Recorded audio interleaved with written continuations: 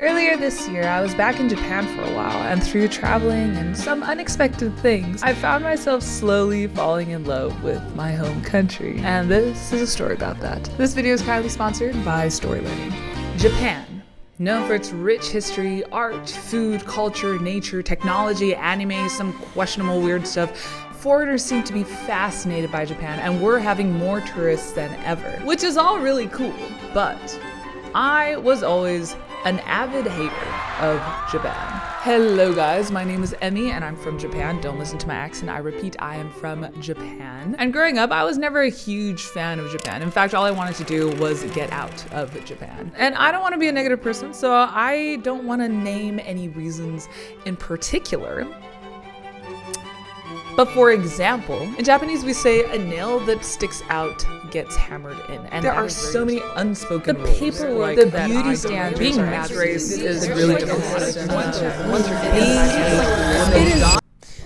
But it's like, no man, it's not nice to hate your own country. So this time around, when I went back to Japan and spent some time there, I was determined to finally get over myself and start to like Japan. But Tokyo, man, for me, it's so hard to love Tokyo. I think I'm honestly just really not a city girl, but for me, Tokyo's just way too busy, way too crowded, like almost claustrophobic. So I traveled outside of Tokyo. Well, I mean, I didn't travel for that reason, but let's pretend that I did for the sake of the plot.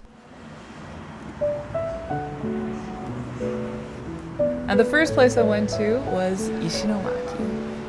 Ishinomaki is a coastal city in the north of Japan and is known for being one of the places that was hit really hard by the tsunami disaster back in 2011. But over the past decade, they've really recovered from it so beautifully, and it's a little city that has a special place in my heart. When I visited Ishinomaki for the first time in 2021, I took my phone around and asked people for their stories, and I ended up making a little documentary video for this channel. I just watched it back and I am cringing hard, but I remember how much I loved making that thing at the time. And that video even landed me my first ever paid videography job for a small business here in Ishinomaki. And honestly, that project was pretty epic, guys. I even got to experience fishing octopuses. ネットの中に入れます。じ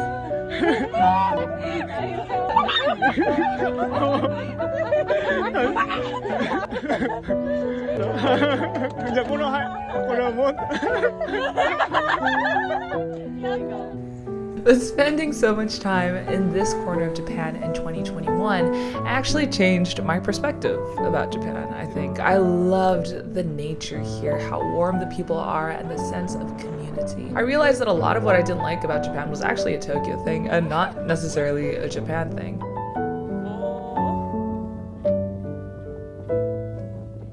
But enough about the Inaka of Japan, let's go to a city now.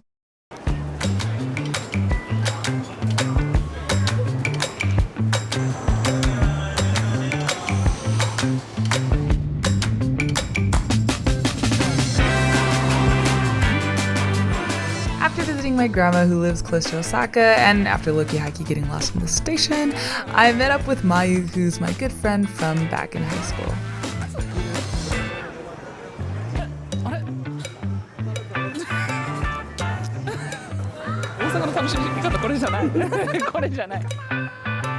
As you can maybe tell, there was no deep, profound realization in Osaka, really. It was just vibes. Yay! But anyways, Osaka's great. The city's so lively. The people are really funny. Fun fact about Japan, guys, but Osaka is known as the comedy capital of Japan.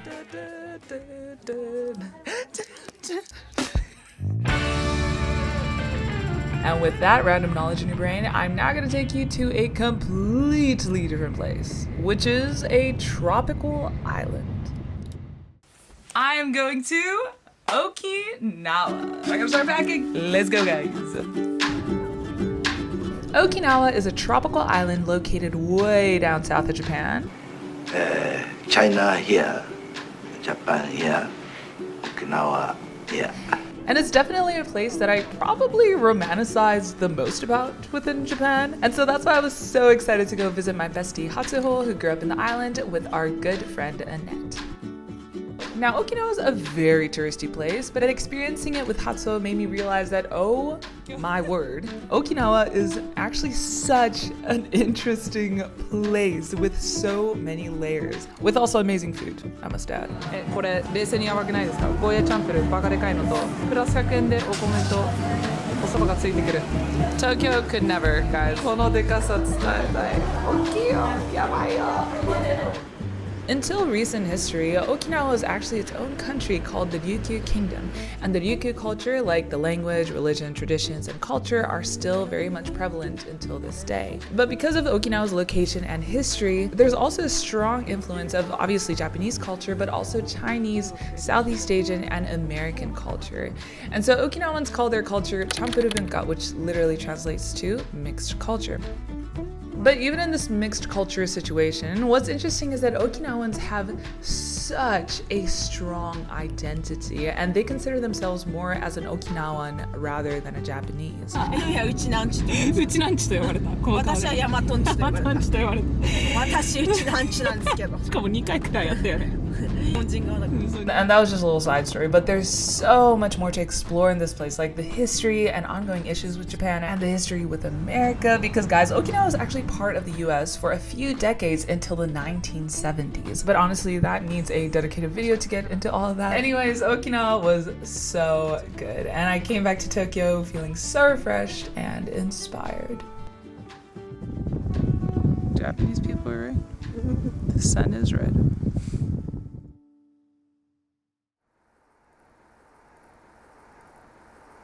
Like, do you see how flippin' pretty those clouds are? It looks like it comes straight out from a Disney movie.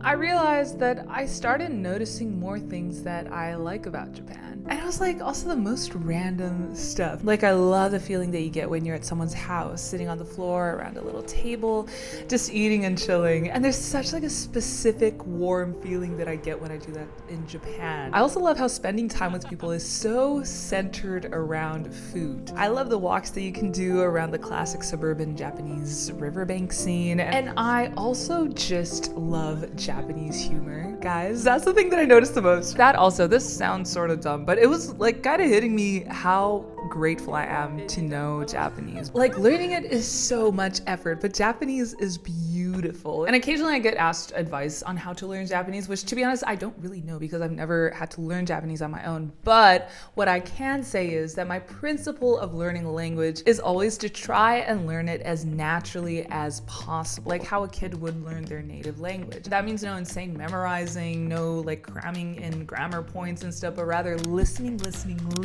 and trying to immerse yourself into the language as much as possible. And a resource that's actually like literally based on that whole principle is story learning. Now, the whole concept of story learning is to learn a language purely through stories. And this video is sponsored, so I do have to say nice things about them, but I am genuinely a huge fan of what they do. Like, I literally used their book to learn Spanish back in the day, and I've also tried out their online course, both beginners and intermediate, and I love it. They really emphasize on repetition and learning a language through context, which in my experience really does work. And I think it's an awesome tool to start learning a language completely from scratch, or if you're hitting an intermediate plateau. This is what you want to be doing if you're at that stage. And guys, they have a full Japanese course alongside 10 other languages. And normally the course is $297, but if you use my link in the description, it's going to be 97 bucks, guys. That is 200 bucks off. So click the link in the description to find out more about it. And thanks so much, Story Learning, for sponsoring today's video and supporting the channel.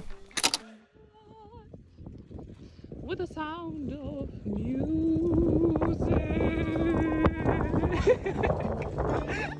At the end of the day, I grew up here in Tokyo. It's my home, and it's always going to be the default place for me. And although I think the traveling and getting outside of Tokyo definitely helped me just like appreciate more of what we have here, but there's something that happened that actually dealt with the root problem that was in here. And I didn't film anything about it while I was in Japan because I definitely didn't think I was going to include it in the video, but I changed my mind and now I am. So basically, since literally the first week of me being back home in Japan, I actually felt the Lord tell me, over and over and over again that I actually have a lot of hurt towards Japan and Japanese people. And I'm not gonna go into what it was, but a lot of it was basically like tied into the fact that I'm not completely Japanese, which sounds quite dramatic, but it really isn't. Like, we all have hurt. Everyone has hurt. But anyways, the Lord started revealing to me things that had caused me to feel hurt, shame, guilt, anger, unforgiveness, rejection, which all of that kind of resulted in me just not liking Japan. And when I finally invited Jesus into that situation, he did like a whole heart surgery. In the Bible, it says that he heals the brokenhearted and binds up their wounds. And that's what he literally did. He helped me let go of the anger and the bitterness that I didn't even know that I was holding on to. He helped me forgive me people that I didn't even know that I had to forgive. But what I really felt or like learned in this whole process is that when you hold on to like hurt or anger or unforgiveness, it's not good. It actually really just traps you, and you gotta let go of those things. But the problem is that to do that on your own is freakishly difficult. But then when you're finally like, Jesus, please, please, please, please, please help me, that's when he comes and he does help you, and he will set you free, and he's gonna actually start healing you little by little. But anyways, to be honest, that is the real reason why I fell in love with Japan. So yeah. So I'm happy to admit that I think I do love Japan, and I wouldn't mind if I ended up staying here.